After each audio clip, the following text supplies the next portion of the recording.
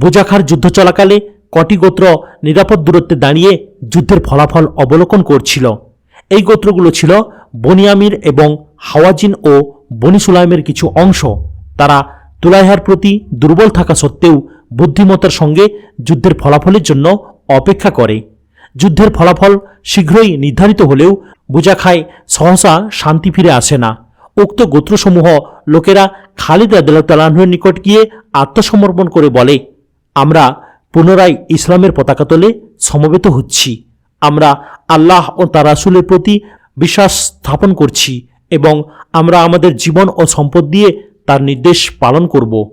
চারদিক হতে অনুতপ্ত আরব গোত্রসমূহের লোকেরা এসে বুজাখায় সমবেত হতে থাকে।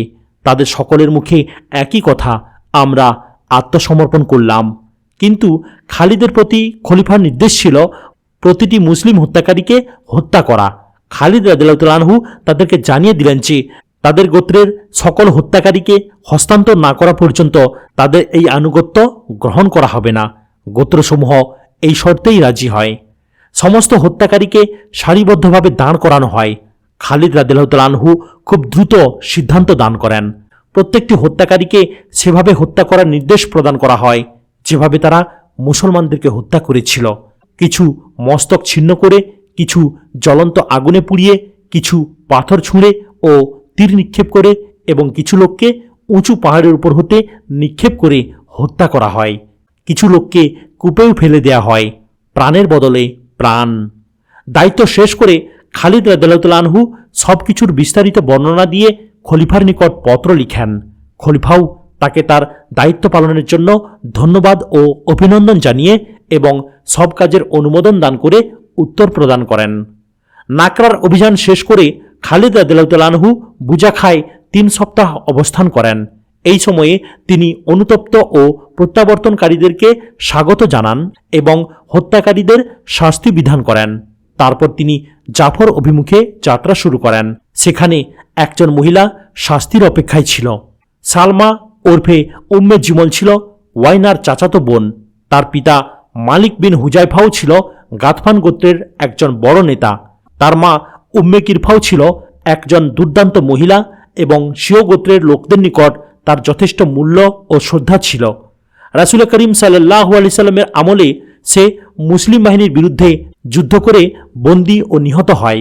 কিন্তু গাতফানদের অন্তরে তার স্মৃতি ছিল খুবই উজ্জ্বল। সালমাও যুদ্ধে বন্দী হয়।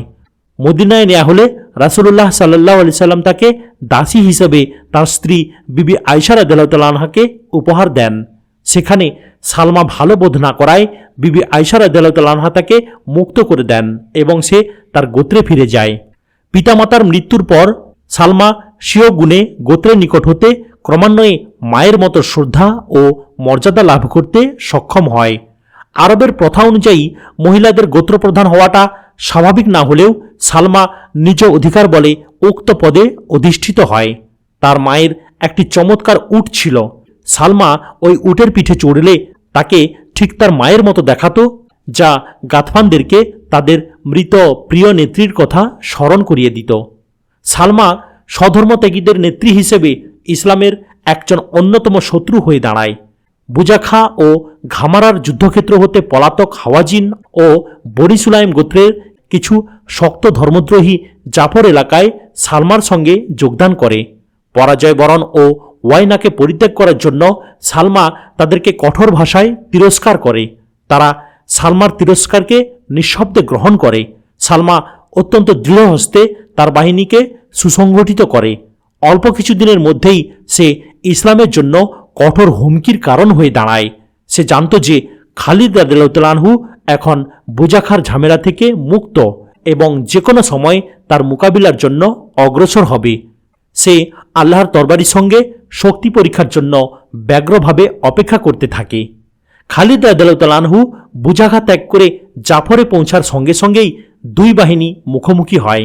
যথারীতি খালিদ রাদিয়াল্লাহু তাআলা আনহু প্রথমে উদ্যোগী হয়ে আক্রমণ করেন। খালিদ রাদিয়াল্লাহু তাআলা আনহু বুঝতে পারেন যে শত্রুর প্রতিবন্ধকতা বেশ শক্ত।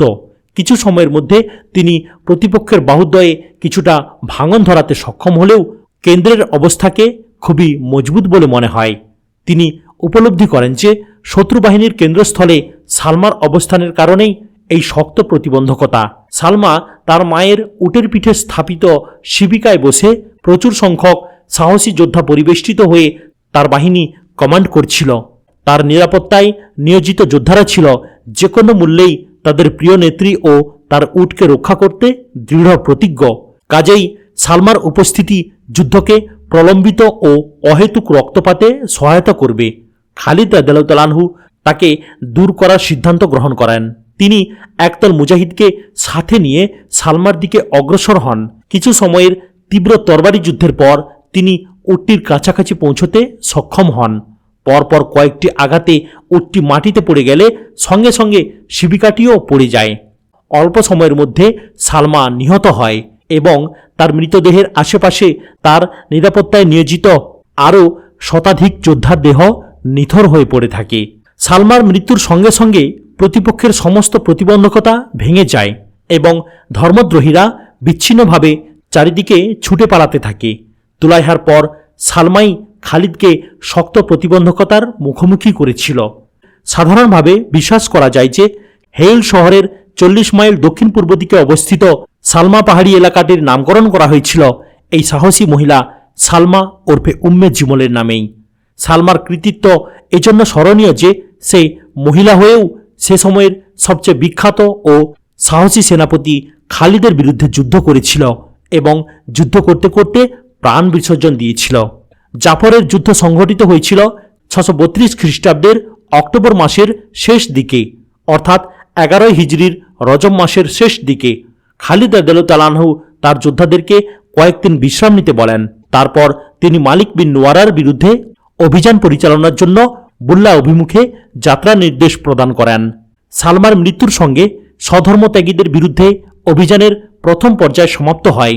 তুলাইহার নেতৃত্বে উত্তর মধ্য আরবের যে প্রধান গোত্রসমূহ ইসলামের বিরুদ্ধে বিদ্রোহ ঘোষণা করেছিল তারা ইতিমধ্যে হয় পরাজিত নতুবা আনুগত্য স্বীকার করেছে এবং তাদের নেতারা হয় নিহত অথবা বন্দী অথবা হয় বিতাড়িত। এই অঞ্চলের কোনো গোত্রপ্রধান আর ইসলামের বিরুদ্ধে মাথা তুলতে সক্ষম হয়নি। কিন্তু একজন লোক মুসলমানদের জন্য কিছুটা দুশ্চিন্তার কারণ হয়ে থাকে। তার নাম আয়াস বিন আব্দ ইয়ালিল। যদিও সে সাধারণভাবে আল ফাজা নামে পরিচিত, তাকে গোত্রপ্রধান না বলে দস্যু সর্দার বলাই ভালো। খালিদ বুঝা খায় তার বিজয় সংহত করার প্রাক্কালে আল ফাজা আবু বকরের নিকট উপস্থিত হয়ে বলে, আমি একজন মুসলমান, আমাকে অস্ত্র দিয়ে সজ্জিত করুন, আমি কাফিরদের বিরুদ্ধে যুদ্ধ করতে চাই। একথা শুনে আবু বকর রাদিয়াল্লাহু তাআলা আনহু আনন্দ চিত্তে তাকে অস্ত্র দিয়ে সজ্জিত করে দেন। সে মদিনা ত্যাগ করে দস্যুদের একটি দল গঠন করে নিরীহ পথচারীদেরকেও লুটপাট ও হত্যা করতে থাকে। আল ফাজা মক্কা ও মদিনার পূর্ব দিকে তার তৎপরতা চালাতে থাকে এবং মুসলিম ও অবিশ্বাসী সকলেই আক্রান্ত হতে থাকে। আবু বকর রাদিয়াল্লাহু তাআলা আনহু এই খবর শুনে আল ফাজাকে দৃষ্টান্তমূলক শাস্তিদানের সিদ্ধান্ত গ্রহণ করেন। তিনি তাকে জীবিত ধরে আনার জন্য একটি দল প্রেরণ করেন। কয়েকদিন পরেই দস্যুটিকে বন্দী অবস্থায় মদিনায় আনা হয়।